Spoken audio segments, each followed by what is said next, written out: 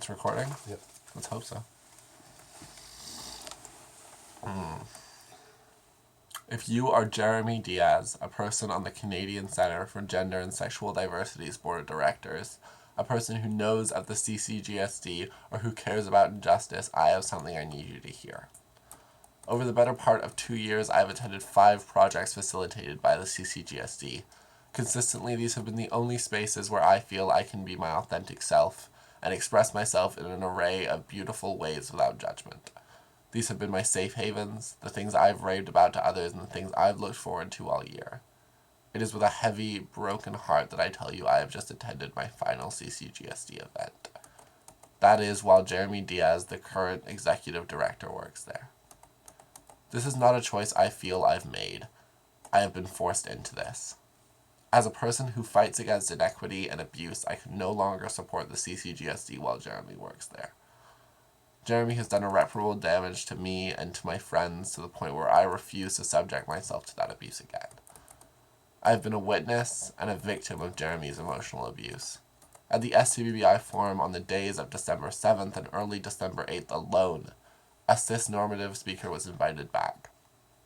After hearing this speaker's talk, many participants were triggered and took time to recover and support each other. Jeremy demanded those participants leave their supportive space and continue on with the schedule. Between 5 and 6 p.m. that evening, Jeremy told a participant seeking support that the center was paying $2,000 for them to be there, that Jeremy was owed having this participant put their childish feelings aside and attend the keynote.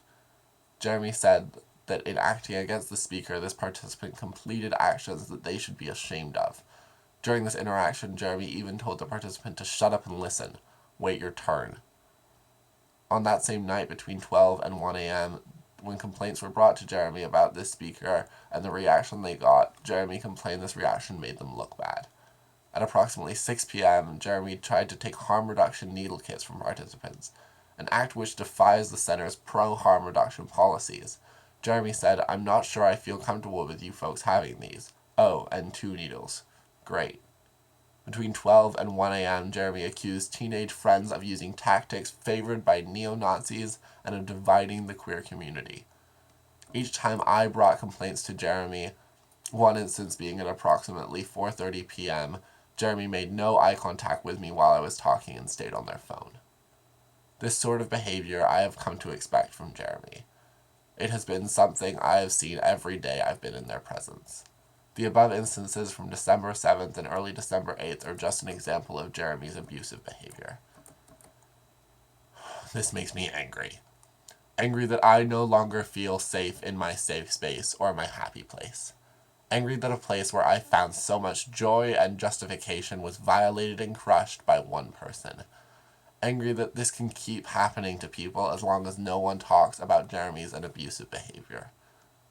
Hurtful and abusive behavior. And that is why I wrote this. The CCGSD has been an amazing place for me, and this in no way invalidates any of the lasting relationships I've made, or all the good that's come from it.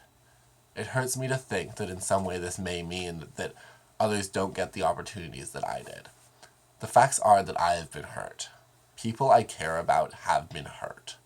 The CCGSD is supposed to be a well-meaning, holistic organization, and as long as Jeremy is there, I believe it is not.